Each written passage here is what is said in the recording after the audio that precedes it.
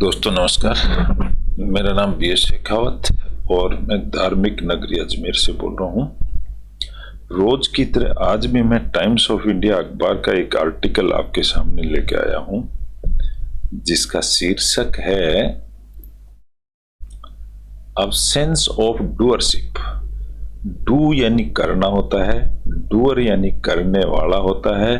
Doership उस काम का नाम दिया गया है जो डू करता है। कर्ता जो होता है उस काम को नाम डूअरशिप दिया गया है। अब्सेंस ऑफ डूअरशिप, लेकिन दोस्तों यहां इस डूअरशिप का सेंस कुछ और निकलेगा। वो प्रमोट करती है इनर पीस को, पीस यानी शांति। अब्सेंस ऑफ डूअरशिप, डूअरशिप यानी काम करना, उसको डूअरशिप कहते हैं। डूअर यानी करने वाला, डूअरशिप यानी जो काम किया गया, उसको डूअरशिप बोलते हैं। लेकिन यहां अब्सेंस ऑफ डूअरशिप, काम करने की एब्सेंस को, अब्सेंस जो है ये नाउन बन गई यहां से यहां तक। प्रमोट से वर्ब है, प्रमोट करती है किस चीज को? इनर पीस को, अंदर की शांति को। ये एक ऑब्जेक्ट बन गया। तो यहां अगर हम देखेंगे तो अब्सेंस ऑफ डूअरशिप का मतलब हो गया जो काम करने वाला जो वर्क है वो प्रमोट करता है इनर पीस को, अंदर की शांति को। तो वर्क अब्सेंस ऑफ डूअरशिप बोला गया है, अब्सेंस ऑफ डूअरशिप। दोस्तों मैं आपको बताना चाहता हूं कि ये डूअरशिप का मीनिंग होता है आपकी इच्छा, जो अंदर इच्छा पैदा होती है। जो अब्सेंस ऑफ डूअरशिप यानी कि इच्छा की अनुपस्थिति प्रमोट करती है इनर पीस, बॉडी के अंदर शांति उत्पन्न करती है अगर हमारी इच्छा नहीं होवे तो। यानी कि कहने का मतलब संत लोगों ने बोला है कि इच्छाएं जो होती हैं वो आपको परेशान करती हैं, इच्छा को आप कम कर दो तो शांति मिलती है। ये इस सेंटेंस का मतलब है। अब इस टॉपिक को लिखने वाले हैं मिस्टर विजय वेंचेश्वर। अब विजय वेंचेश्वर किस नेचर के आदमी हैं यहाँ हम देख सकते हैं। ये हैं मिस्टर विजय वेंचेश्वर। इनकी खासियत यह है कि विजय वेंचेश्वर इज ए राइटर, एक लिखने वाले हैं। वो frequently contribute to the Times of India, जो लिखते रहते हैं particularly in the Speaking Tree section. इस तरह के स्पीकिंग ट्री में वो लिखते रहते हैं। और ही rights often explore spiritual themes, आध्यात्मिक बातें ही लिखते हैं। And teaching driving heavily from the work of Raman महर्षि। रमन महर्षि एक महान संत हुए हैं, उनके बारे में यह ज्यादा बताते हैं। इसका मतलब उन्होंने रमन महर्षि की बहुत स्टडी करी हुई है। इस तरह का टॉपिक है आज। हम इस टॉपिक को पढ़ेंगे और इसमें हम सारांश निकालेंगे कि इस टॉपिक का सारांश क्या है। इंग्लिश टू हिंदी हम ट्रांसलेट करेंगे, कुछ डिफिकल्ट वर्ड हैं वो सीखेंगे और उसके साथ साथ ही इंग्लिश की सेंटेंस स्ट्रक्चरिंग बनाना, पढ़ना और समझना। सेंटेंस को अगर हम छोटे छोटे टुकड़ों में बांट देंगे तो आनंद आ जाता है उसका पढ़ने का, सेंस निकालने का, और हमारे को एक भाषा भी समझ में आ जाती है। इस तरह का हम काम करेंगे। चलिए शुरुआत करते हैं हम कि मिस्टर विजय वेंचेश्वर क्या लिखते हैं। रमन महर्षि के ये वक्तव्य हैं जो वो अपने लिखावट में लिख रहे हैं। हेडिंग जैसे मैंने पढ़ के सुना दिया है, लिखने वाले ये हैं। क्या लिखा है इन्होंने, इसको पढ़ते हैं हम।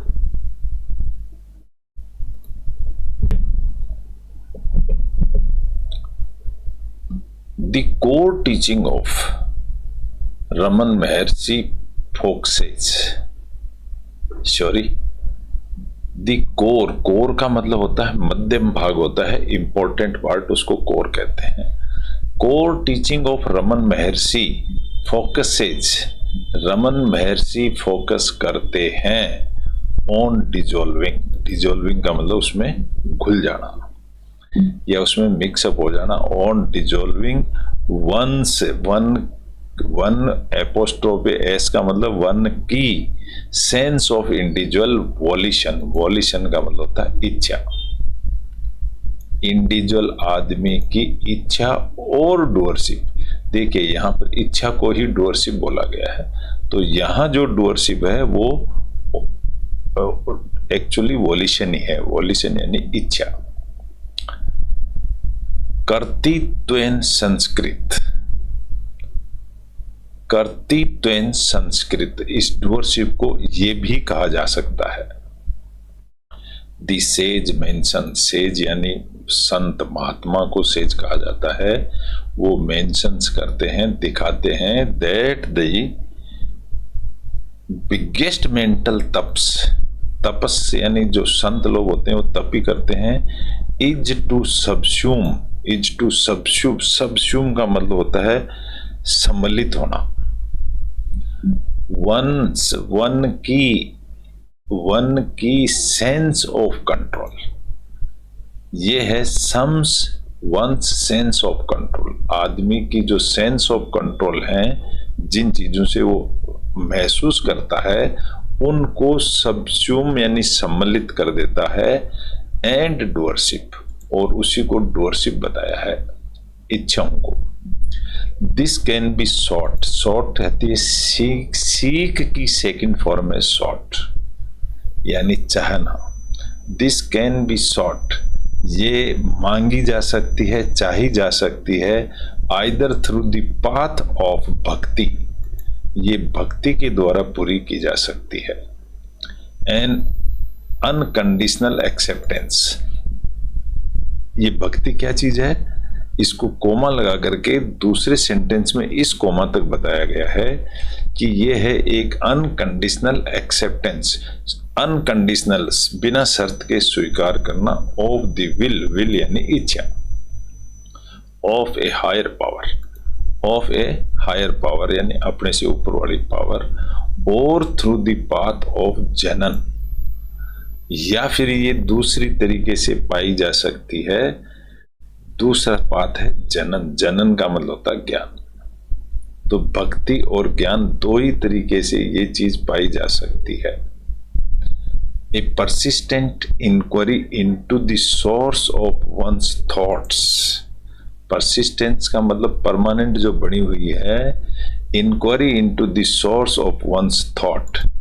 वन यानी एक आदमी की विचारों के अंदर ये परमानेंट टिका हुआ है। क्या चीज टिकी हुई है, to identify who we are.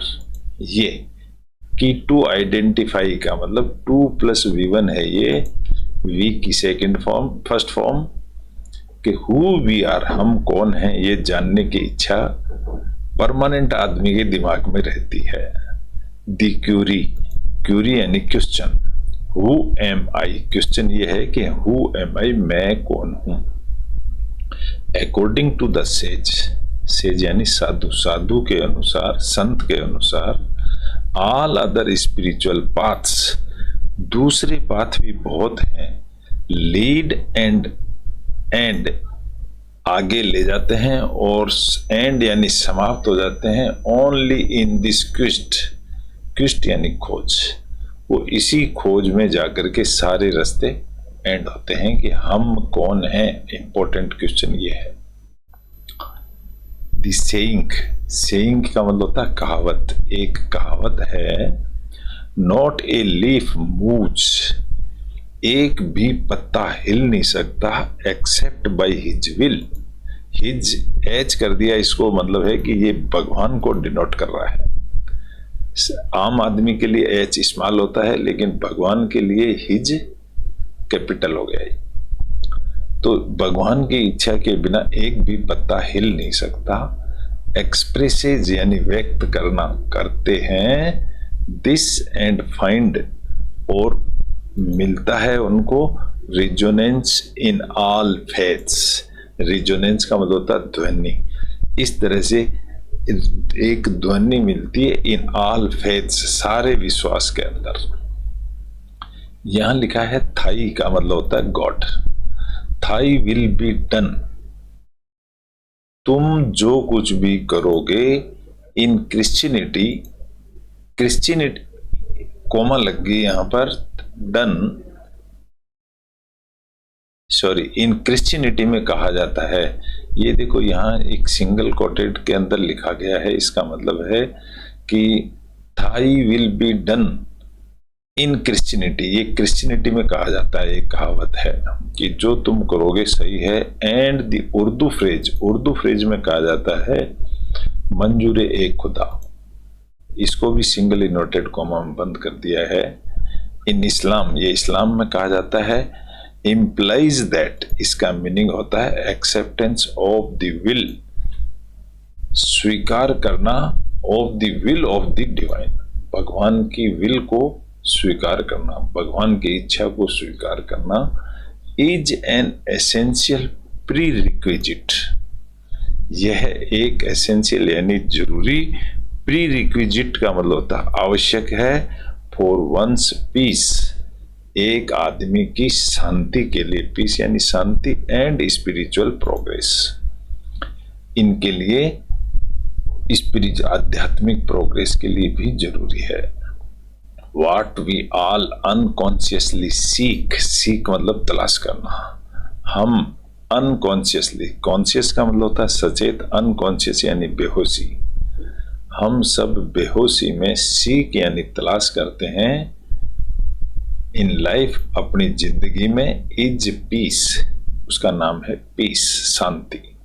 Conflict arises, conflict का मतलब विरोध कब पैदा होता है, एराइजेस पैदा होता है from not meeting our expected outcomes, जब हमारे एक्सपेक्टेड यानी उम्मीद वाले आउटकम का मतलब होता है रिजल्ट नहीं मिलते हैं, तो कन्फ्लिक्ट एराइजेस होता है, विरोध उत्पन्न होता है। The singular cause of this, इसका अगर एक अकेला मात्र कारण है, कॉज यानी कारण है, तो वो है distress is our sense of control and volition. Distress, तो उसका कारण है डिस्ट्रेस, दिस डिस्ट्रेस, सॉरी यहां से शुरू होगा इस sentence, this distress is our sense of control and volition, इसका कारण है हमारा sense of control and volition यानी हमारी इच्छा, हमारी इच्छा की वजह से सारे संकट पैदा होते हैं। द भागवत गीता प्रोवाइड्स, देती है ए सॉल्यूशन, क्या सॉल्यूशन है, वी हैव द राइट, हमको अधिकार है, टू एक्शंस, एक्शन करने का, बट नॉट टू रिजल्ट्स, लेकिन रिजल्ट्स हमें नहीं मिल सकते जो हम चाहते हैं, हम काम कर सकते हैं। Outcomes are never in our control, outcome यानी रिजल्ट्स, रिजल्ट्स हमारे हाथ में नहीं है। समटाइम्स, कभी कभी, समटाइम्स के आगे कोमा इसलिए लगा दी कि ये एक एडवर्ब है, ये समय को बता रही है, कभी कभी। Great efforts do not produce expected outcomes, बहुत मेहनत करने के बाद भी हमको रिजल्ट्स नहीं मिलते हैं। एट अदर टाइम्स, और दूसरी तरफ अगर देखें या दूसरे समय में अगर देखें, सरप्राइजिंगली प्लीजिंग आउटकम्स, अचानक हमको खुशी मिल जाती है, आर अटेंड मिल जाती है, अनएक्सपेक्टेडली बिना उम्मीद करे ही कभी कभी खुशी मिल जाती है। हाउएवर, फिर भी, आवर परसिस्टेंट, परसिस्टेंट का मतलब टिके रहना, एंड इनेट नेचर, इनेट का मतलब होता है जन्मजात, हमारी जो जन्मजात नेचर होती है, ट्रिगर्स, ट्रिगर्स का मतलब चालू कर देती है, जैसे इंजन को स्टार्ट कर दो, that is called a triggering, तो ट्रिगर्स अस टू एस्क्राइब, हमको चालू कर देती है, टू एस्क्राइब का मतलब होता है लिखना, ऑल आवर सक्सेस, सक्सेस हमारी सारी सक्सेस के लिए चालू कर देती है, प्राइमरीली टू आवर एफर्ट्स, जैसे ही हम एफर्ट्स शुरू करते हैं हमको मिलना शुरू हो जाती है। इन दिस बुक, इस बुक में द टायरेनी ऑफ मेरिट, टायरेनी का मतलब होता है सताना, ऑफ मेरिट, मेरिट का मतलब होता है number 1, Michael Sandel points out, उसने पॉइंट आउट किया that for all our striving, striving यानी जो हम मेहनत करते हैं, संकट में आते हैं, we are not self made, हम अपने आप बने हुए तो हैं नहीं, एंड सेल्फ सफिशिएंट, ना ही हम अपने आप में भरपूर हैं, हमको किसी की जरूरत होती है। A lively sense of the contingency, lively का मतलब होता है जिंदा दिल, जिंदा रहना, सेंस ऑफ कंटिंजेंसी, कंटिंजेंसी होती है अचानक कोई आपत्ति आ जाती है, उसको कहते हैं ऑफ आवर लॉट, हमारी बहुत के अंदर, कैन इंस्पायर, वो इंस्पायर करती है, कैन इंस्पायर कर सकती है ए सर्टेन ह्यूमिलिटी, इसलिए हमारी जिंदगी एक सर्टेन ह्यूमिलिटी यानी इंसानियत, मानवता, ending us to accept that, and sorry enabling us, enable यानी इस लायक बना देती है, टू एक्सेप्ट दैट, उसको स्वीकार कर लेते हैं, there but for the grace of God, ये भगवान की कृपा है, और the accident of birth, accident, यहाँ पर एक्सीडेंट ऑफ बर्थ को इसलिए बोला गया है, एक्सीडेंट इज द सडन घटना को एक्सीडेंट कहते हैं, और जैसा हमारा बर्थ हुआ है, और द मिस्ट्री ऑफ फेट, मिस्टेरी का मतलब होता है रहस्य में, ऑफ फेट यानी भाग्य, गो आई, जिस तरीके से मैं जाता हूं, द विजडम, विजडम यानी समझदारी, ऑफ दिस अंडरस्टैंडिंग हम्बल्स, ये जो हमारी ज्ञान की समझदारी है वो हम्बल्स यानी बहुत ही नम्रता से, हम्बल्स नंबर बनाती है, एंड चेंजेज अवर एटीट्यूड, और हमारा एटीट्यूड बदलती है, to life for the better, अच्छाई के लिए, फार फ्रॉम एडवोकेटिंग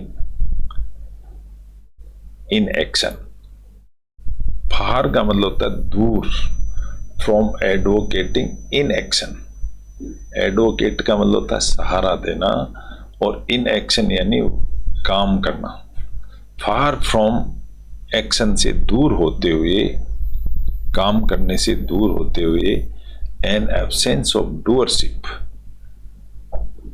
एन एक एब्सेंस ऑफ डूअरशिप यानी डूअरशिप नहीं होना, इच्छा नहीं होना, प्रमोट्स, ये प्रमोट करती है, ऊपर बढ़ाती है नॉन एक्शन, नॉन एक्शन को, यानी एक्शन करोगे तो एक्शन खराब भी हो सकता है, नॉन एक्शन, एक्शन ही नहीं करना यानी नो इच्छा, यहाँ इच्छा से मतलब है। ए पॉजिटिव ट्रेट, ट्रेट यानी खासियत, एक पॉजिटिव खासियत ये है that focuses on being in the moment, on being का मतलब होता है बने रहना, इसका मतलब फोकस करो आप बने रहने पर। रमन महर्षि एक्सप्लेन्स, बताते हैं, दिस बाय डिस्टिंगिशिंग, डिस्टिंगिश बोलता है भेदभाव, अंतर जानने वाले ज्ञानी को बोलते हैं डिस्टिंगिश, तो by this distinguish freedom from free will, इच्छा फ्री, एंड ईगो, इच्छा ईगो मतलब फ्री ईगो फ्रॉम ईगोइज्म, ये जो अगर चीजें हैं freedoms, as Raman says is our birth right, ये हमारा जन्म सिद्ध अधिकार है, बर्थ राइट यानी, we are ever free, ever यानी हमेशा, हम हमेशा फ्री हैं, more so as we preserve, हम अपने अंदर रखते हैं, to associate with our true nature, हमारे अंदर एसोसिएट, ट्रू नेचर हमें बनी रहती है, और सेल्फ, हम खुद बने ही रहते हैं, और sense of illusory free will, हमारा जो सेंस है, कौन सा सेंस, इल्यूजरी फ्री विल, भ्रमात्मक विल यानी इच्छा, जो परमात्मिक जो इच्छा होती है वो प्रोवोक्स, उकसाती है। किस चीज को उकसाती है? डिसहार्मोनी, परेशानियों को। मोर सो, इससे भी ज्यादा, यह मोर और सो एक साथ नहीं आती है, ये इकसाती है। मोर एंड कॉम आनी चाहिए यहाँ पर, लेकिन ये एक टाइपिंग मिस्टेक हो सकती है। When outcomes and expectations are not met, ऐसा कब होता है? जब रिजल्ट मिलते हैं and expectations are not met, और हमारी उम्मीदें पूरी नहीं होती, तब ऐसा होता है। रमन आल्सो डिस्टिंग्विशेस, रमन महर्षि इस चीज का भी बताते हैं, ईगो एंड ईगोइज्म। डिस्टिंग्विश का मतलब होता है भेदभाव करना, पहचानना। वो ईगो और ईगोइज्म को ही पहचानते हैं। ए सेज ईगो, सेज का ईगो, यूं एपोस्ट्रोफिल केस लगाया ना, संत का जो ईगो है रिजेंबल्स, सेम एक जैसा होता है, दैट ऑफ ए बर्न्ट रोप, जली हुई रस्सी की तरह। अपेयरिंग टू बी इंडिपेंडेंट, दिखता तो बिल्कुल वैसा का वैसा है, but incapable of assigning volition to itself.